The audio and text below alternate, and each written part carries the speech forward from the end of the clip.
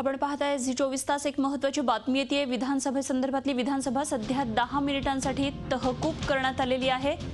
विरोधकांनी विधानसभेत घोषणाबाजी केलेली आहे आणि त्यानंतर गोंधळानंतर एकंदरीतच विधानसभेचं कामकाज 10 मिनिटांसाठी तहकूब करण्यात आलेलं आहे।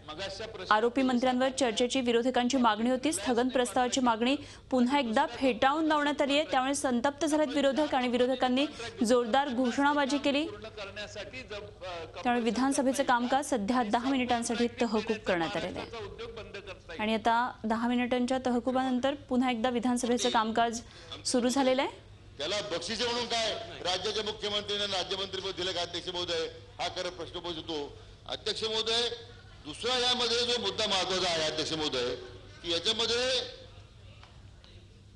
एक या ठिकाणी एक आमदार महोदय अध्यक्ष महोदय एसआयटी मार्फत जर उभे असल्यावर बसत असतात खाली विरोधी पक्ष नेते। अध्यक्ष महोदय, आपण खाली बसावं। एक सन्माननीय आमदार महोदय अध्यक्ष महोदय यांची एसआयटी मार्फत अध्यक्ष महोदय बँकेच्या घोटाळ्याबद्दल चौकशी चालू आहे। 36 कोटी अध्यक्ष महोदय, या ठिकाणी त्या बँकेच्या घोटाळ्यात 36 कोटी रुपयाचा घोटाळा। आश्चर्याचं असं अध्यक्ष महोदय की एसआयटी कडे चौकशी सुरू असताना माननीय मुख्यमंत्र्यांनी ती चौकशी सीआयडी कडे जायचे आदेश केले आणि कोर्टाचा आदेश SIT monitored high court monitor SIT अध्यक्ष महोदय आणि सीआयडी कडे चौकशी दिली असताना अध्यक्ष महोदय काय केलं सीआयडीने?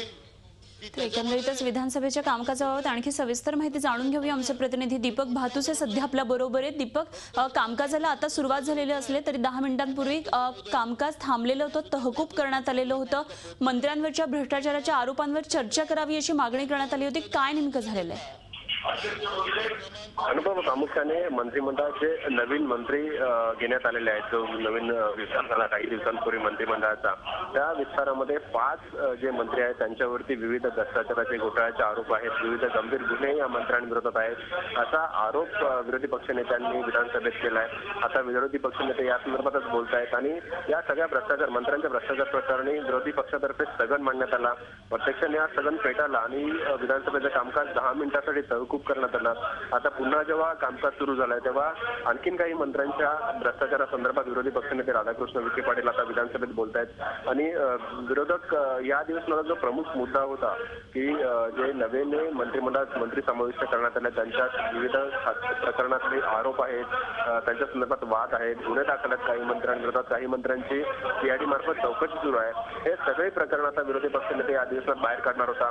सुरुवातीचे 2 दिवस आपल्याला माहिती आहे कोपर्डी बलात्कार प्रकरणावर गेले आणि आता हा प्रमुख जो मुद्दा या अधिवेशनात होता तो विरोधकांनी उपस्थित केलेला आहे आणि या मुद्द्यावर आता विरोधक निश्चितच सरकारला या अधिवेशनात घेण्याची तयारी आहे। त्याच्यात प्रामुख्याने 5 नव्या मंत्र्यांचा समावेश आहे। त्यांची प्रकरणं विरोधक या अधिवेशनात आता लावून धरतील असे चिन्ह आहे।